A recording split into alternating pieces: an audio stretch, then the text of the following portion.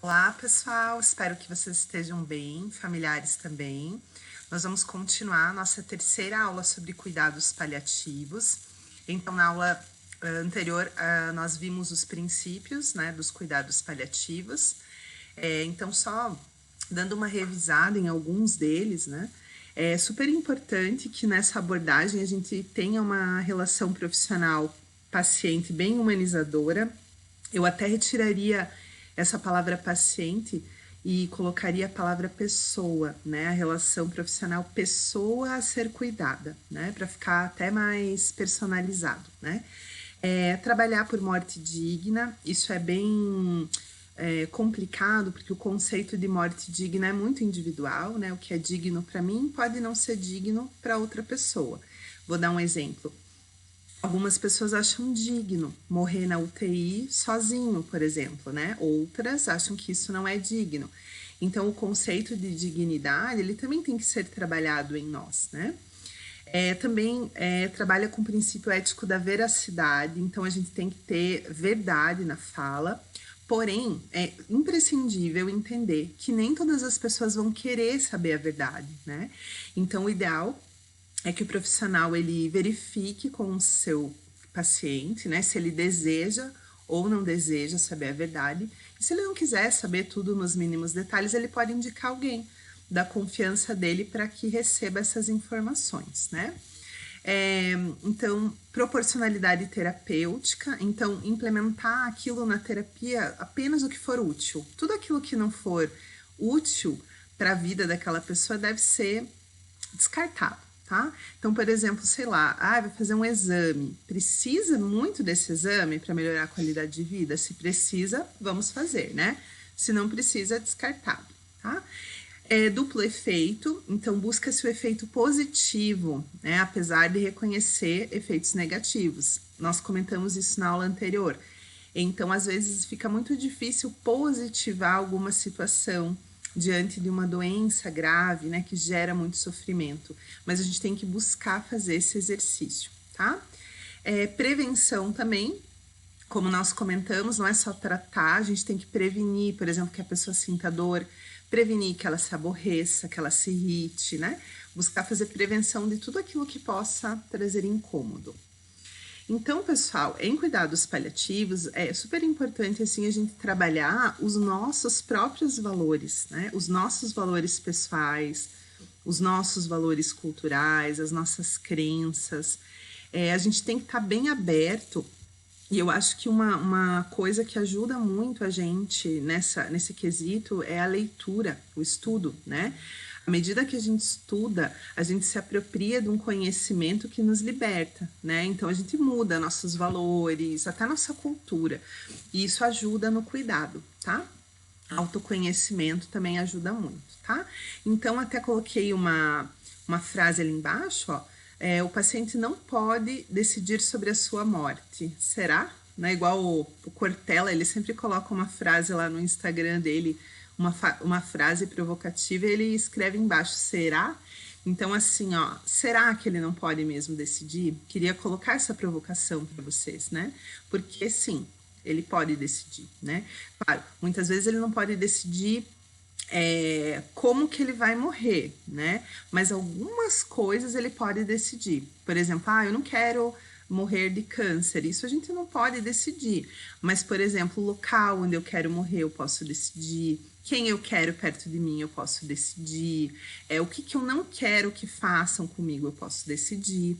E vale muito a pena a gente estudar sobre isso, porque eu vejo que os profissionais da saúde ainda são muito autoritários nesse quesito, tá?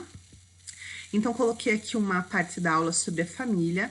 Eu vou colocar um exercício para vocês fazerem relacionado a essa questão familiar, porque até o meu grupo de seminário está trabalhando esse tema, né? Da abordagem da família, do paciente, da pessoa no fim da vida, porque a gente tem que ter projetos para familiares também, né? Então, família, pessoal, tem várias reflexões, assim, acerca da família, né?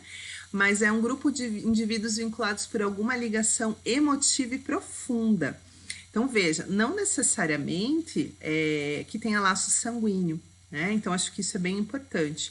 Ó, família também é considerada alguém que tem um sentimento de pertencimento muito grande naquele grupo.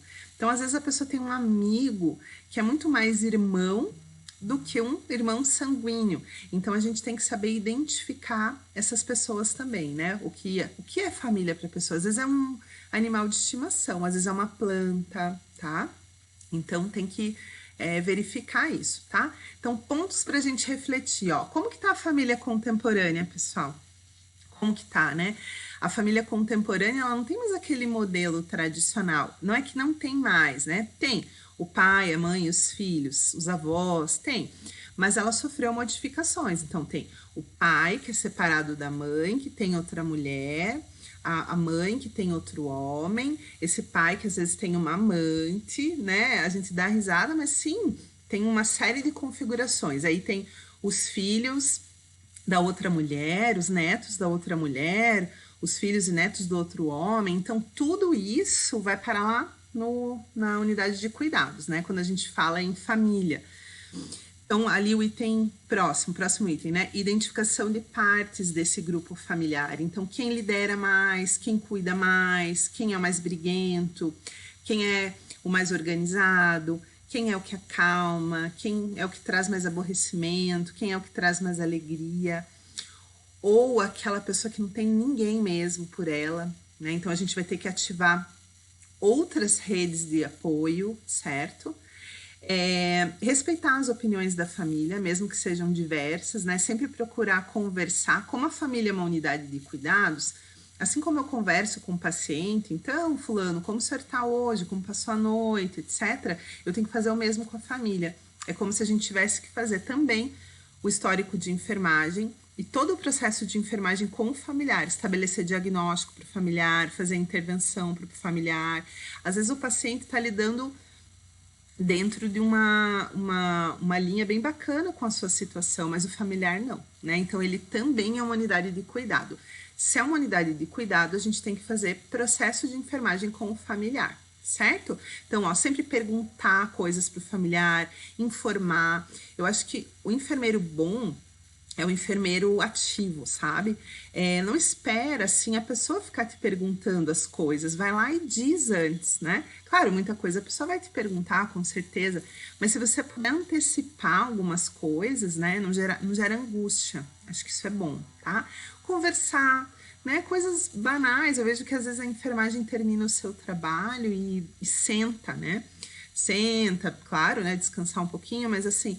Terminou todas as atividades obrigatórias, é importante conversar um pouco sobre assuntos aleatórios também, né? Explicar coisas com detalhes e isso, ouvir, né? Às vezes a pessoa precisa falar e a gente tem que estar pronto para ouvir, tá bom? Então, aqui, pessoal, coloquei uma diretriz do Humaniza SUS. Então, o que eles recomendam, ó?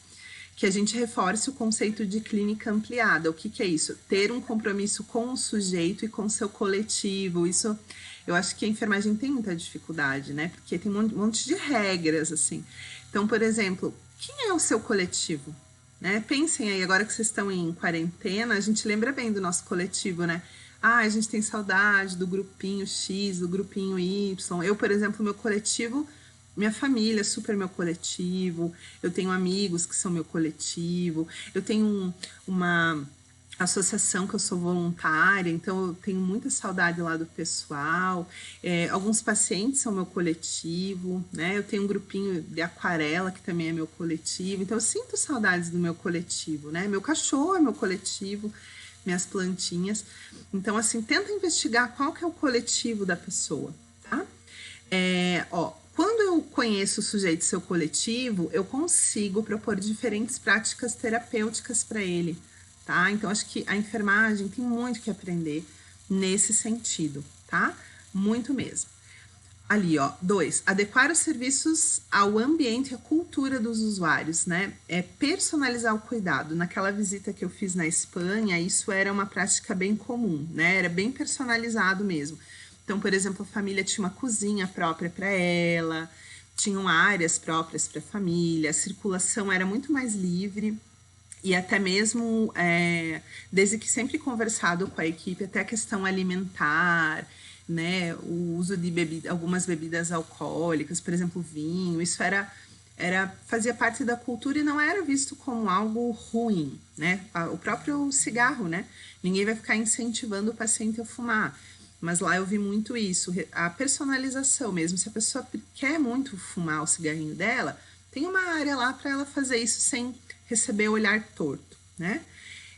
Vínculo e afeto, então, compreender o fluxo de afeto das pessoas e tentar dar vazão a eles, né? E por último, humanizar as redes sociais. Rede social não é o Facebook, o Instagram, tá? Apesar que eles podem ser usados também. Seria assim, rede. Qual que é a rede de apoio que você tem? Às vezes é família, às vezes não é. Às vezes são os amigos, às vezes não é os amigos também. Às vezes é um professor, ou às vezes é uma igreja, tá? Então, assim, ou às vezes não tem uma rede de apoio. Então, a gente vai construir uma rede de apoio para aquela pessoa, auxiliar, né? Tentar construir uma rede de apoio, tá? Então, aqui nesse trabalho, ó, pessoal, é uma distribuição do que alterou no cotidiano das famílias com alguém com acidente vascular, né? Esse trabalho eu até coloquei já um pouquinho na aula de acidente vascular, mas olha ali, ó, 40,9% falaram que a principal alteração foi que a família teve que faltar no trabalho. E veja, a gente não costuma se preocupar com a família. Quando tem alguém doente em casa, pessoal, isso é bem importante, assim, sempre um membro da família tende a ficar sobrecarregado, né? Um membro da família tende a puxar aquela responsabilidade para si e ele tende a ficar sobrecarregado, sem que ninguém o escute, sem que ninguém o pergunte a ele como ele está, e a tendência é que aquilo vá, como um copo, vai enchendo até a hora que vai derramar, que ele vai explodir em alguém, tá? Então, normalmente, sempre tem uma pessoa que pega a responsabilidade para si, às vezes não pede ajuda, não divide, né, a responsabilidade. Então, isso a gente tem que estar investigando, tá? Até para ajudar esse familiar. Por isso que ele é uma unidade de cuidado para nós. Tem muitos enfermeiros que fazem trabalhos muito interessantes só com familiar. Então, vocês já pensaram nisso? Vamos tentar fazer isso quando a gente voltar para o estágio, quando a gente for fazer um processo de enfermagem, não fazer só com o paciente, fazer com quem está do lado ali, né? Vocês vão se surpreender, tenho certeza. Olha só, a preocupação com o filho menor, a rotina da casa que altera, né? Falta a escola, então altera bastante a vida do familiar, tá? Dúvidas, né, que esses familiares têm, ó, eles têm muita dúvida em relação à alimentação dessa pessoa. Então, é o que eu falei, não vamos esperar a família ter essas dúvidas, vamos esclarecer, né, antes que ele pergunte. Certo, ele vai acabar perguntando, mas se eu conseguir esclarecer melhor, né? Ó, dúvidas sobre a administração de medicamentos. Então, se eu já sei que ele pode ter essa dúvida, eu já me adianto, né? Ó, complicações clínicas, isso é muito interessante, pessoal. Em cuidados paliativos, que vai ser as nossas próximas aulas, a gente vai falar de avaliação dos sintomas, né? Então, assim, sei lá, para cada doença vai ter uma série de sintomas que podem ocorrer nas crises, né? Então, por exemplo, na insuficiência cardíaca que nós estávamos estudando, pode ocorrer falta de ar, pode ocorrer palpitação. Então, se eu já sei, eu já vou me antecipar. Eu já vou explicar para a família como que é esse sintoma e vou, junto com a equipe multiprofissional, montar um planinho terapêutico do que a pessoa pode fazer em casa para tentar controlar. E se ela não conseguir, o que ela deve fazer? Ela deve ligar para o SAMU, ela deve ir para a UPA. Então, eu vou fazer um planinho junto com ela, tá bom? E tentar verificar em todos esses medos aqui, ó, todas essas dúvidas, ó, medo de não saber cuidar, quem vai substituir em caso de ausência, isso é bem importante, né? Eu até já comentei com vocês, eu tenho uma colega enfermeira que se formou comigo e já faz anos que ela não tá trabalhando fora, né? Porque a mãe dela teve um acidente vascular hemorrágico, tem uma sequela muito grande, é totalmente dependente. E ela cuida da mãe na sala da casa dela, né? Ela não pode sair de casa, porque a mãe precisa dela para absolutamente tudo. Então, ela tem tráqueo para aspirar, jet enteral para colocar, e ela é jovem, né? Então, imagine a sobrecarga dela. Então, a gente tem que avaliar isso, tá? Olha uma dúvida ali, ó, como lidar com a morte. Então, veja, é um assunto que também é tabu na nossa sociedade. As nossas próximas aulas também vão ser sobre isso. Mas como que a gente pode ir auxiliando no preparo dessa família para esse momento, né? Claro, não estou dizendo aqui que não vai ter sofrimento, mas a gente pode ir trabalhando essa questão até que esse momento chegue, tá bom? Então, eu gosto muito dessa autora aqui, ó, a Waldo.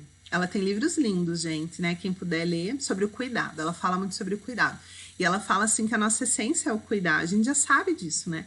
É só a gente colocar em prática, não de forma mecanizada, né? Mas como a gente gostaria de ser cuidado, né? E aí ela considera que esse cuidado é bem complexo, né? É nosso objeto de trabalho, mas para fazer efeito social, ele precisa ser eficiente e ser prestado assim de uma forma bem humanizada. O que seria, o que eu estou dizendo assim para ele ter um efeito social?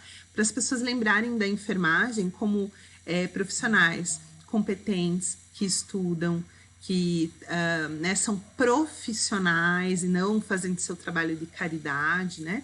Então, de forma humanizada, né? Então acho que isso é bem importante, tá? Também gosto dessa autora aqui, pessoal, quem puder ler um pouquinho sobre ela, a Watson. Ela é maravilhosa, ela é viva ainda, ela é uma enfermeira que fala muito da sacralidade do cuidado. Ela é uma teorista de enfermagem, assim como a Wanda Horta, assim como a Oren, né? E todas as outras, a King, etc. Cada uma tem um conceito, uma teoria. A Oren, por exemplo, é do autocuidado, né? Mas a Watson, a base da teoria dela é o cuidado transpessoal. Ela fala assim que de todo mundo da enfermagem, se a gente colocar todos os enfermeiros num mesmo local, ela diz que não vão ser todos que vão ter a capacidade de fazer um cuidado transpessoal. Acho que isso é bem importante, né? O que seria esse cuidado pessoal, transpessoal, né? Quem conseguir ter a dimensão da sacralidade que é cuidar de outra pessoa.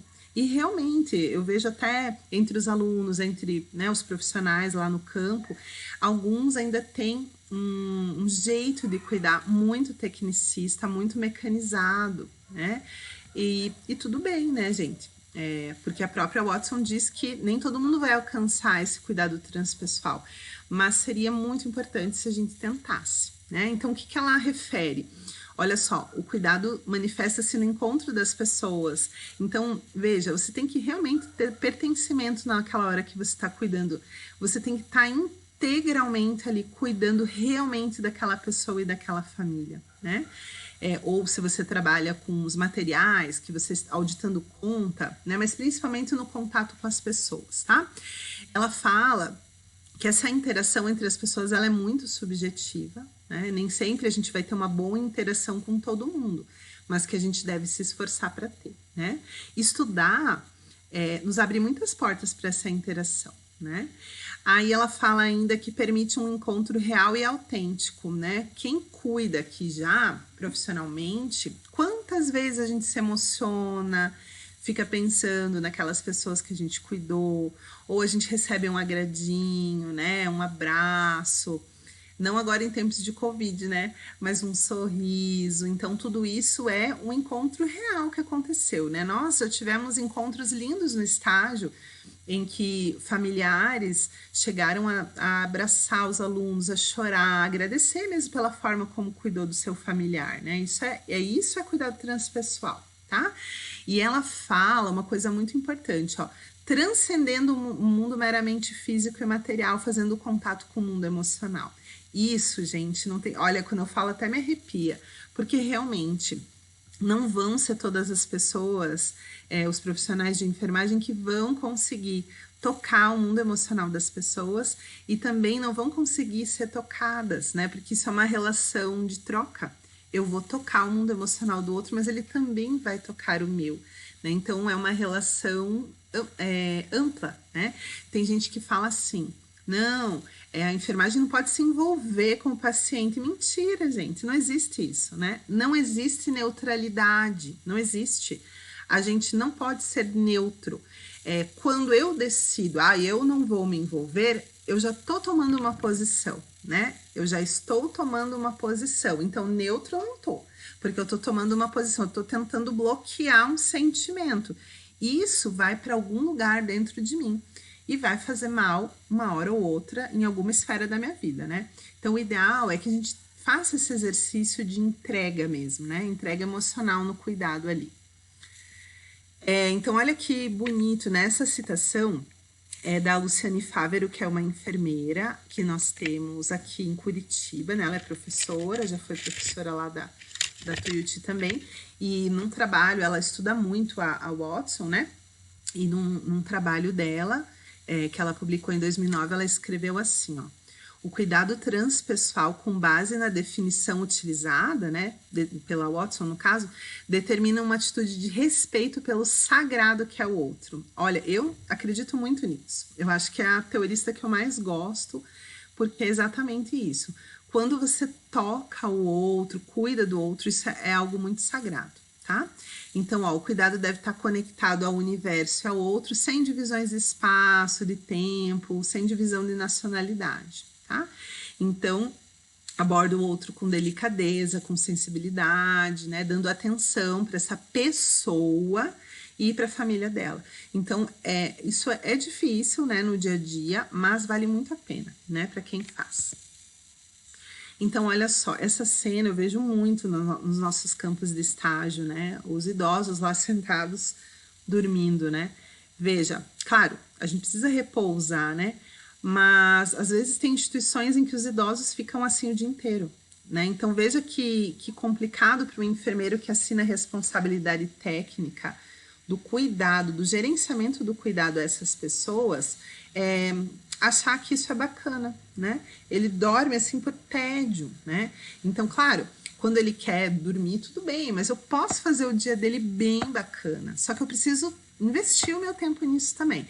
Eu preciso investir, inclusive, nessa sacralidade do cuidado que ela comenta, tá?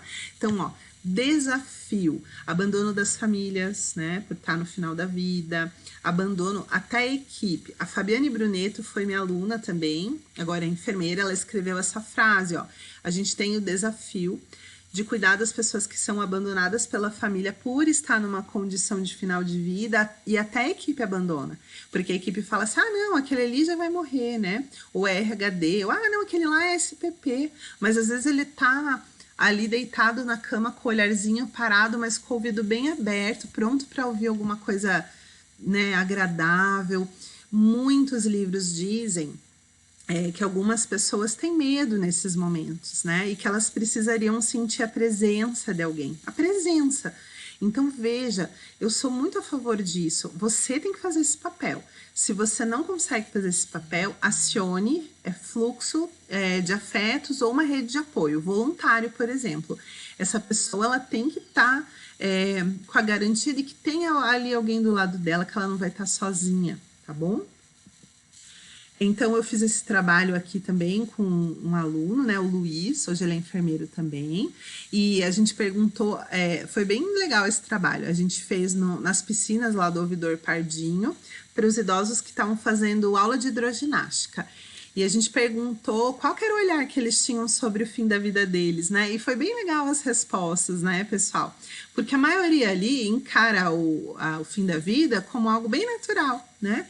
E eles falaram, deram um depoimento assim bem positivo. Mas a gente estava conversando sobre isso. Uma coisa é a gente falar com idosos que estão mais próximos, né, do fim da vida, numa piscina de hidroginástica, que já tem uma mente mais, né, leve e tal. Outra coisa é a gente falar com o idoso que já está no final da vida lá no hospital. Então, aí vem uma série de sentimentos, de medos, né, de angústias. Então, a gente precisa estar muito perto dessas pessoas nesse momento, tá? Então, ó, a realidade atual que a gente tem e da qual vocês não podem compactuar, tá? Então, isso é muito sério para vocês que vão entrar no mercado. Ó, o modelo de saúde que predomina. Prática hospitalocêntrica. O que é isso? Tudo tem que ir para o hospital. Ai, sei lá, algumas pessoas não toleram que a outra morra em casa, por exemplo, né? Mas se eu tiver todas as condições para que ela morra dignamente, com seus sintomas aliviados, e se ela quiser ficar em casa, isso seria uma coisa boa, tá? Se a gente pudesse, né, tivesse todos os parâmetros para cuidar dela em casa, seria muito bom, né? Individualismo. Isso impera muito na enfermagem. Eu só penso em mim. Né? Então, assim, eu vou fazer o banho de manhã porque eu quero. Eu vou fazer às 8 horas porque eu quero. Então, esse individualismo é muito ruim para essa relação de cuidado, né?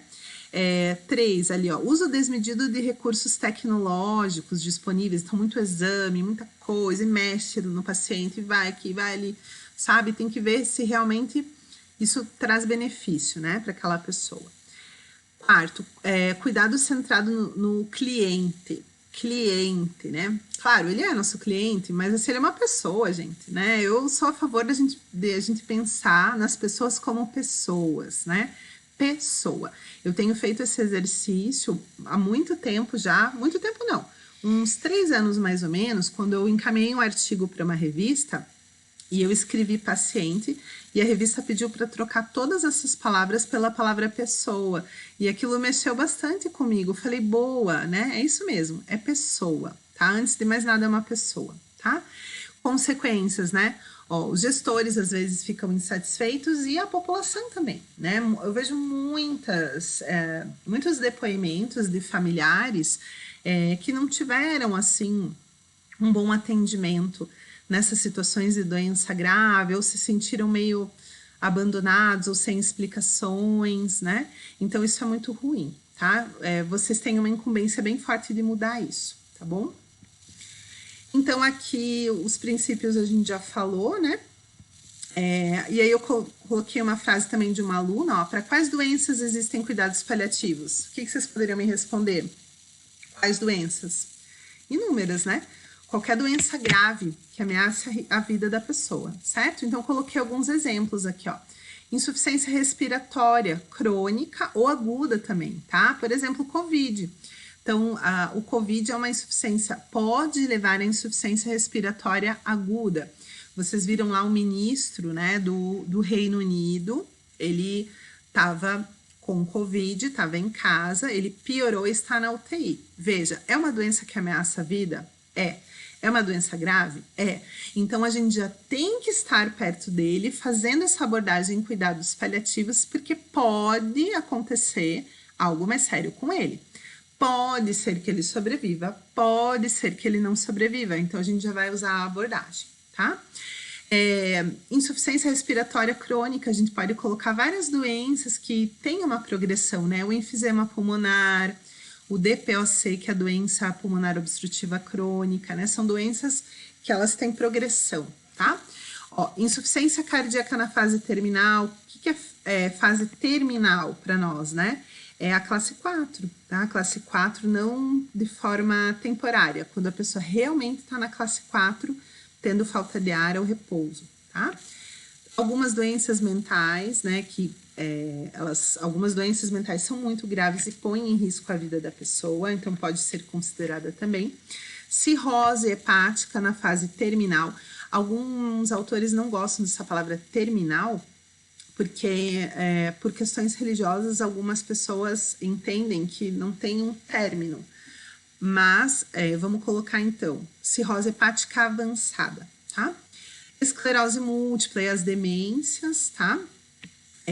As demências, principalmente aqui nos idosos, né? Relativas à senilidade. Aqui a gente tem todas as demências que podem ocorrer, elas também têm, por exemplo, Alzheimer tem fases, né? Então, na fase final, a gente está sabendo que a pessoa está no fim da vida. Mas como que eu vou saber? Estudando as doenças e suas fases, né?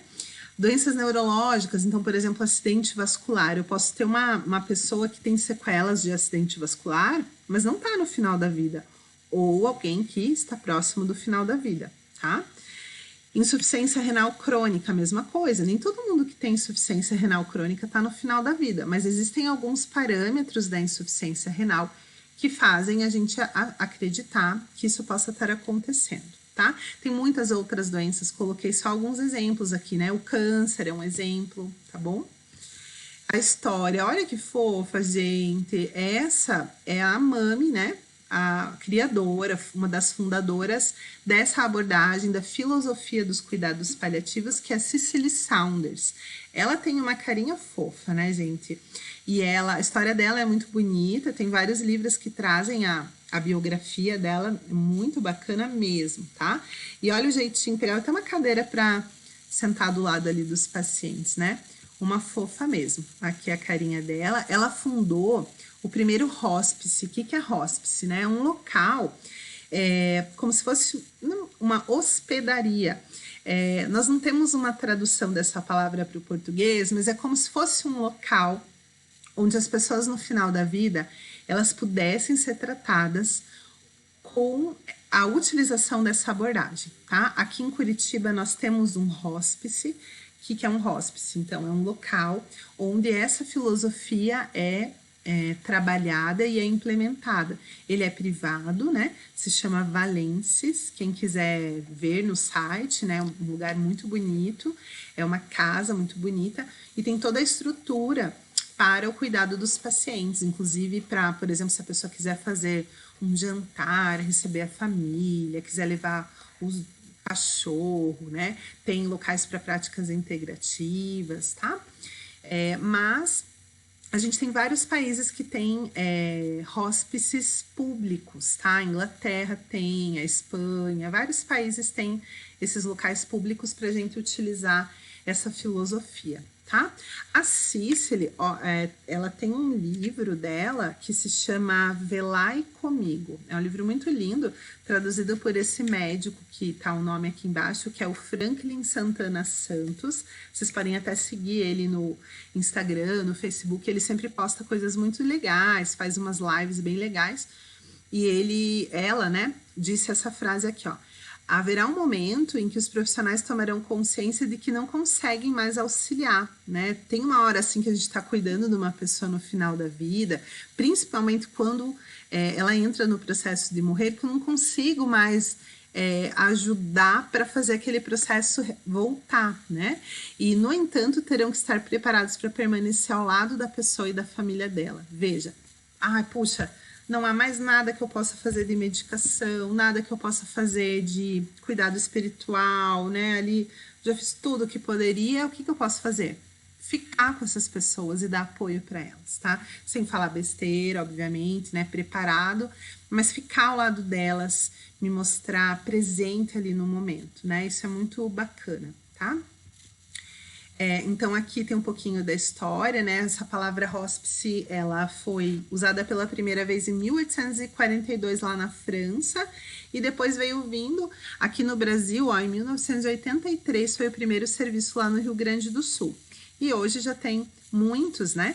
Em 1997 surgiu a Associação Brasileira de Cuidados Paliativos. Se vocês quiserem entrar no site, é bem bacana.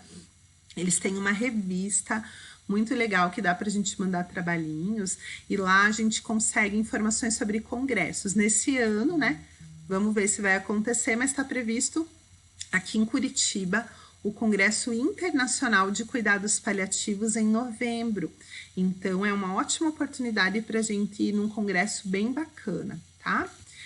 Aqui é mais ou menos um quarto, né, do hospice. O quarto, ele costuma ser individual e, claro, quanto mais dinheiro o país tem, né, o local, se ele for privado, esses quartos eles podem ter salas. Eu visitei um hospice lá na Espanha e eu amei, assim, eu nunca tinha visto, eu achei uma graça.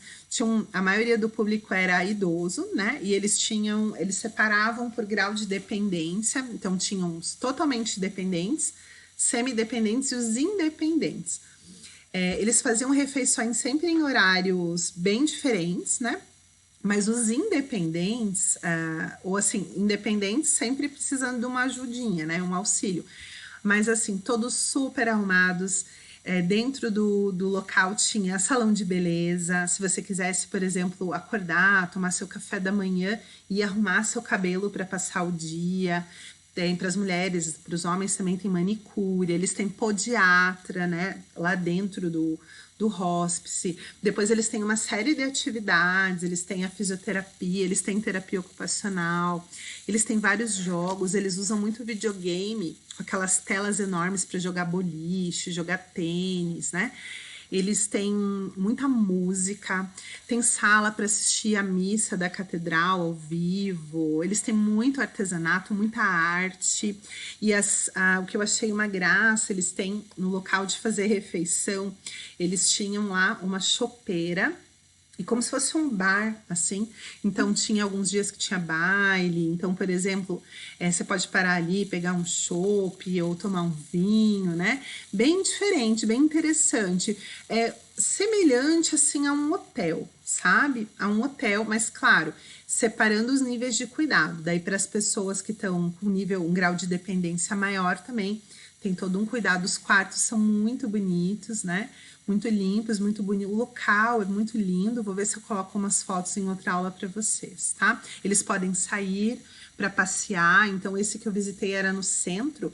Então, eles podem sair. Eles só têm que avisar que vão sair. E aí, depois, né, volta. E eles podem até dormir fora, né? Se tiver lá um crush, alguma coisa, é só avisar que vai voltar no outro dia, né? Para que ninguém fique preocupado. Isso é muito legal, né, pessoal? Então, aqui é o site da Associação Brasileira de Cuidados Paliativos, para vocês entrarem, verem os eventos, né? E lá também tem registro de todos os serviços de cuidados paliativos cadastrados. Vocês podem abrir lá na região sul, a gente tem vários agora. Tem no Erasto, no Cajuru, no Pilar. Nossa, eu acho que a maioria dos hospitais tem, tá? No nosso código de ética, pessoal, agora que foi editado, se eu não me engano, em 2017, também tem menção a pessoas no final da vida, tá? É legal, a gente tá amparado pelo nosso código de ética a fazer ortotanásia, respeitar a vontade dos pacientes. Então, não tem por que a gente não fazer isso, tá bom? Ok. Então, pessoal, eu vou terminar aqui com aspectos éticos, deixa eu só ver aqui, e aí depois vou dar uma paradinha, tá? Esse autor, o Bruera, ele pesquisa muito também sobre cuidados paliativos, e olha algumas coisas de ética, né, que ele coloca. O respeito à autonomia, tá certo, gente, né? Tipo, é uma pessoa, ela tem a sua história, a sua autonomia, então a gente tem que respeitar. 2, a relação entre os profissionais deve ser baseada na verdade, né? Nós já comentamos, não ficar mentindo, né? 3, deve se permitir às pessoas que estão morrendo viver seus últimos dias de forma coerente com seus valores, suas crenças e sua personalidade. Então, eu sempre falo do vinho, por exemplo, né? E se a pessoa quiser tomar um vinhozinho, né? E daí, gente, né? Que mal vai ter? Reconhecer que o cuidado paliativo não tem por objetivo adiar ou antecipar a morte, né? Já falamos disso, tá bom? E aqui tem algumas estratégias que a gente pode usar para fomentar a discussão desses assuntos, ó. Fazer comitês, programas educacionais, por exemplo, uma palestra sobre isso, fazer conferências, reflexões, né?